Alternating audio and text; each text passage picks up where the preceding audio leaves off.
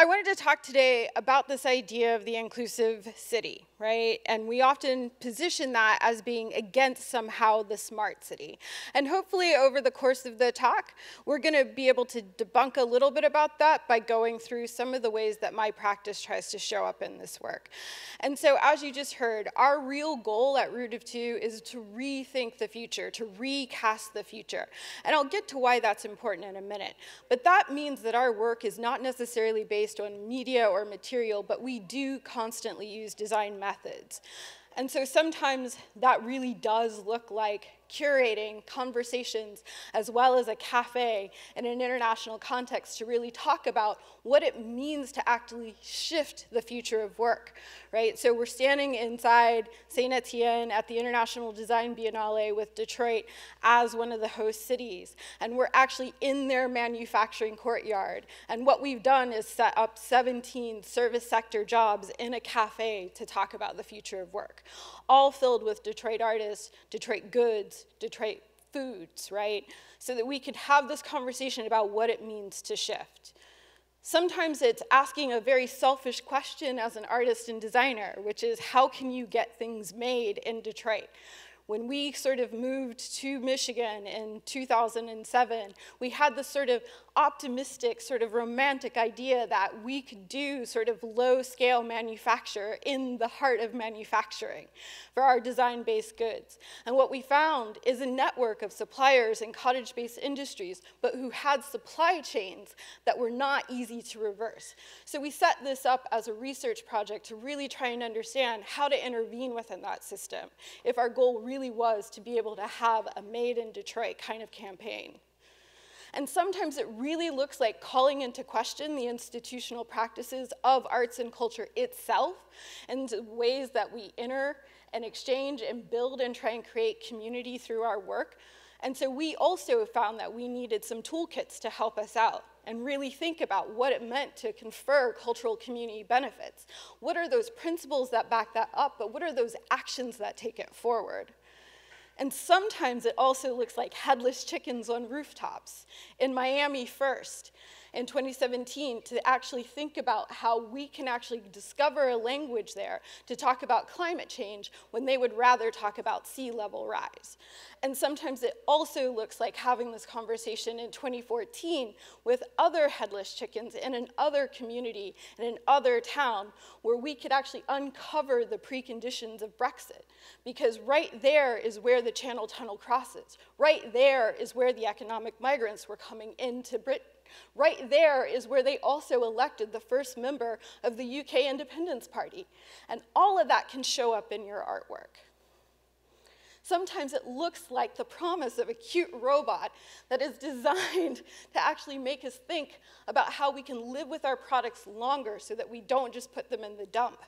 Only to find out that we are living with those robots in 2017 as we're showing this work again in Paris.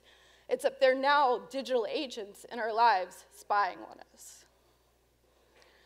So this reason why is about the under-imagined future and actually who gets to imagine the future.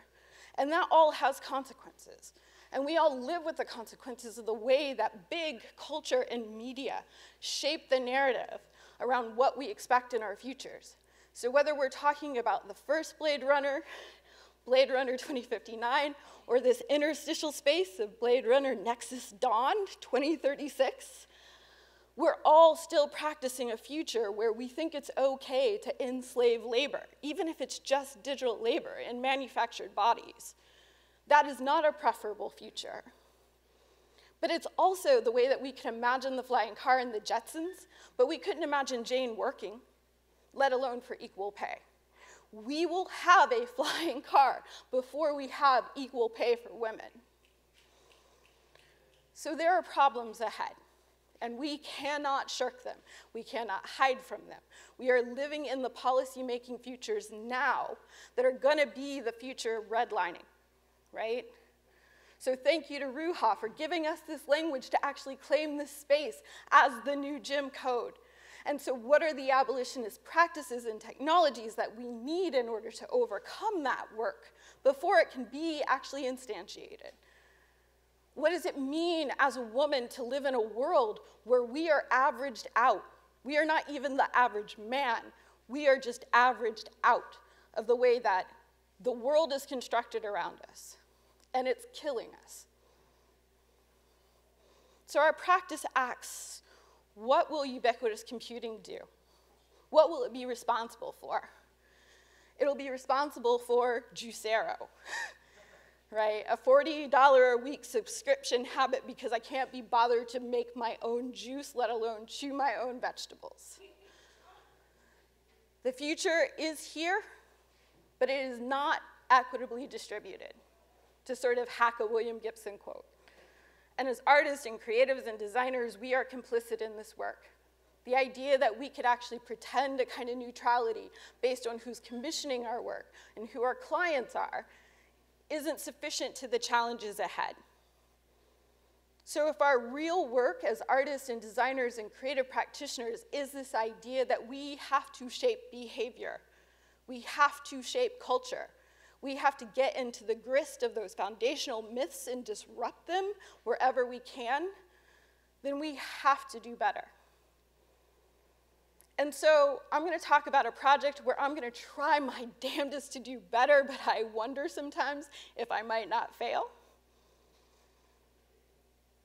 And I want to thank my team and colleagues that we get to work with around the Detroit Square, Akoaki and Enchanterre and Harley Etienne, because we get an opportunity to actually reimagine the 83-acre cultural campus in Detroit. And for my part, I'm going to really talk about Root of Two's work around the technological part.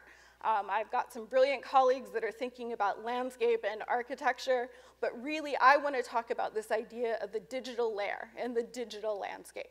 The way that we dematerialize that has consequences consistently. So this is our site. We're working across 12 different institutions. That includes 3 universities, the DIA, the Charles H. Wright. Everybody has different goals, different understandings, different needs, different relationships to different publics. And our task is to actually think about what does it mean to make that into a connected campus. So after a year worth of work, a design competition that had 44 other applicants that all were doing amazing work, we proposed this, which we call the Detroit Square. And there's a lot of different sort of moves and gestures incumbent on us as designers over the next 18 months to really work out whether or not they can happen. And so there are very different things that are happening in the landscape. But as promised, I'm going to talk about really the transformer. This is the way we think of the new digital layer for the campus. It sort of is about how do you dematerialize the idea of technology in a place where 4 out of 10 Detroiters don't have access to an internet or a computer at home. And even when they have a smartphone, they can't always afford the data plan, right? So you can't just sort of pop into place optimistically, utopianly, and say things like, we're going to create a new creative digital layer for artists as a playground, without understanding who that might privilege, who that might leave out. So instead, we're spending the next 18 months actually thinking about how does that sort of become embodied on the site. It could look like a data jockey booth coming out of the Charles H. Wright as a 21st century band shell, because one of the opportunities on the site is that there really is no good place for performing arts within that 83-acre context, right? So how are we thinking about the other artists in the city who are left out?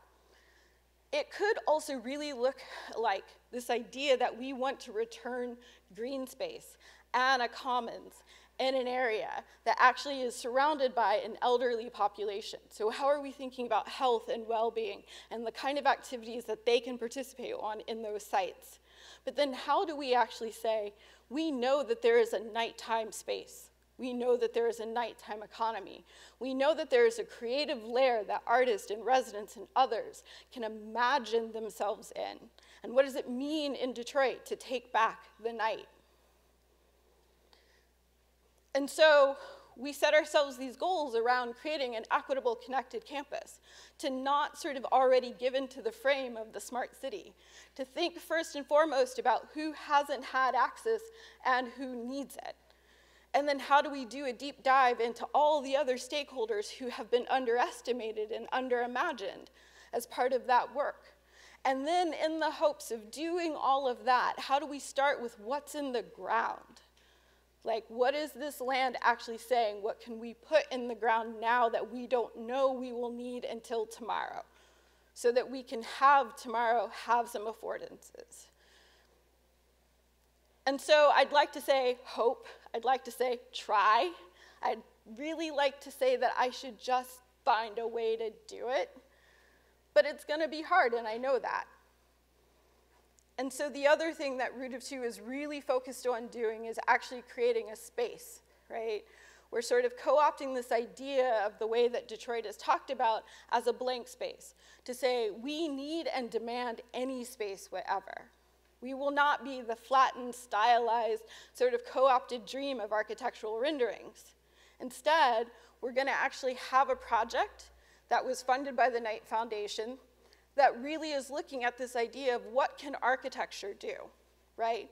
To provide that sort of security blanket that we all need to sort of resist, to abolish, to really think about the kind of coming technological future, so that we have the space and time and patience to dream another dream about what that should be. And so we also think about that as our outlier labs, right? So you put it all together, it's really a space for us to go AWOL and dream again differently. So it really is about how do we bring all of that together so that instead my presentation next time should actually say the inclusive city is the only way to be smart in the future. And it's not how we as creatives are impacted by urbanism, but what we can do to flip the script and impact urbanism. So I've got some time for some questions. Thank you.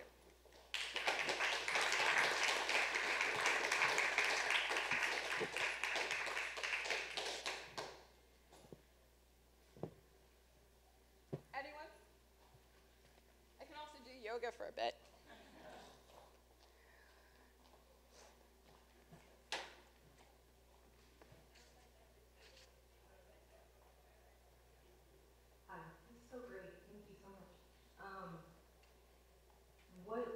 What do you think are the biggest practical challenges to the implementation of this very thoughtful vision, in particular in this project in the kind of cultural, creating a cultural campus?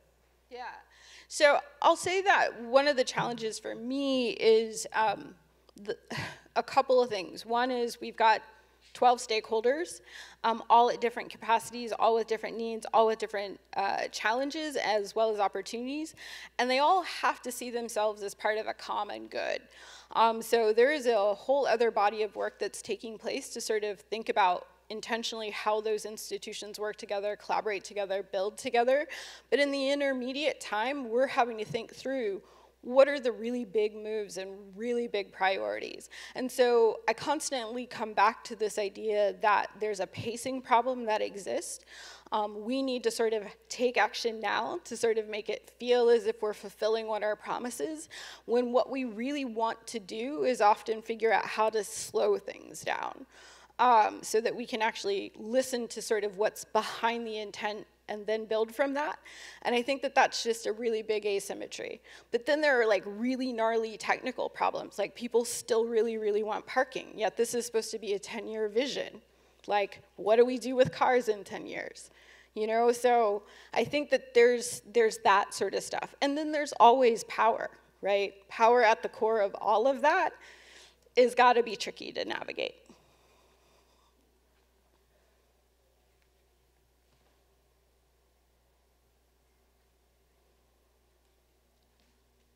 Any others? Okay, I can't really see, so by the way.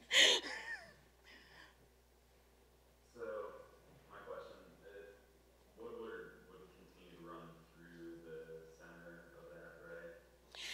Yeah, so one of the big things that we're working on, we have a consultant, Arcadis, who's actually looking at the mobility study. Weird things that you sort of only realize as you're doing the research during the competition is Woodward is a scenic byway. It's also an MDOT road. Most of the other roads in the city of Detroit, including something like Warren, which you would also think is an MDOT road, is actually a city of Detroit road. So there's this idea that, you know, one process, we're going through a lot of local permissions in order to think about what we could do there. But at a minimum, we think that it's really important that it shouldn't take 9 minutes to cross Woodward, which is what it does now. Right? So we're not going to come out and say that we have the perfect solution to how to do that, but we have to start figuring out how to privilege the pedestrian in some of these scenarios. And so that could look like slowing down traffic. That could look like actually being able to create temporary, ephemeral sort of public squares kind of in the middle so that there's a better dialogue and a reciprocal dialogue between like the DIA and the public library. But we're doing a mobility study now. That's like the wonky answer. There's a lot of studies going on.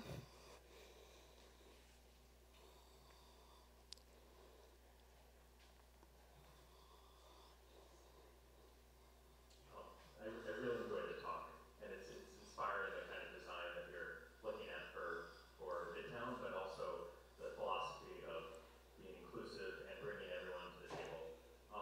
I totally agree that the future is already here, but unevenly distributed. I actually just moved back from living in Singapore for 6 years. I grew up here, it's nice to be home. And that is a place that gets invoked a lot, kind of futuristic urbanism.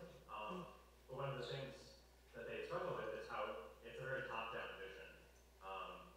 And there's a lot of, so translating that back to here, there are a lot of great things happening in the city, but how do we get people inspired to feel like they can co-create that vision?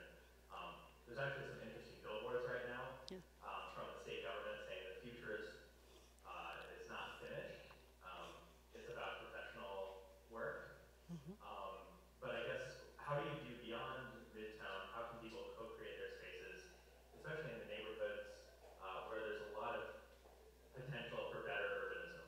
Yeah, so I think, and I have to give really much respect and credit to the fact that I'm trying in the Midtown corridor to apply principles that I see neighbors and residents enacting on their own behalf in neighborhoods, first and foremost. And so I think one of the things that I struggle with is how do we sort of do the work of constantly uplifting that this is already taking place, and it might be happening in really small models, but then how do we model that behavior to say that they're the influencers, that that bottom-up sort of organic practice is what we should all be following, and then how do we sort of get out of the way and cede power?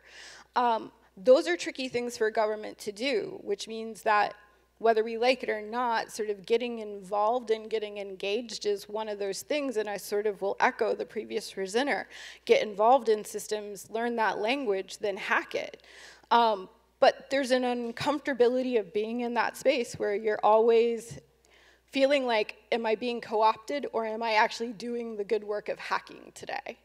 And I think that's about checking in with your core and checking in with your people around whether or not that work is actually really doing what it's supposed to.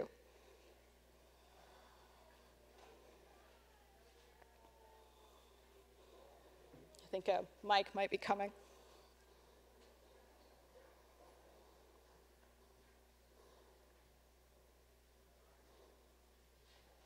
If not, yeah. Okay. I'll repeat back. I'll repeat back.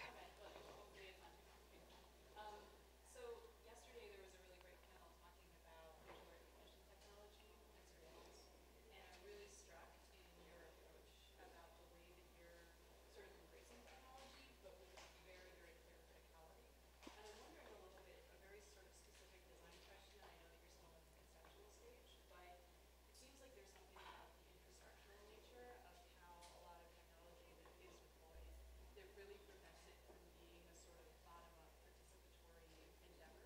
And I'm just wondering, in sort of sorting out all the details of your plan, are there like specific design rules that you're utilizing that help to address that issue? Yeah, so that's one of the big pieces of work that we sort of, and fortunately, Midtown Detroit Inc., who is sort of managing the sort of next stage of this work in competition, we're completely in line with, is working with the city's digital inclusion officer to really think first about principles before we think about tech. But I will say that that work is really meaningful, but we know that we're up against like a sort of big hurdle. Because when you have a situation, much like the way that Detroit is still facing this in the development, this idea that somehow any development is good development because we've had no development, right? Those same principles and logics are at play in government now, in some parts of government now, around this sort of idea that because we have had no access, anything that promises access will do, and that we shouldn't also sort of see that as an opportunity to like leverage our power, to be sort of critical. And so our answer to that is to try and come up with some first principles so that we're not constantly trading access for sort of giving up our privacy rights. We might have to actually adopt some sort of internet kiosk system, not of our design and not of our making, but we can argue for some of the components that are in it or not. Right? Some of the features that we decide to exclude, like cameras or not. And then we can try and win those battles because we have some principles and hopefully some other people engaged that help us win those battles. I think that might be my time. Thank you.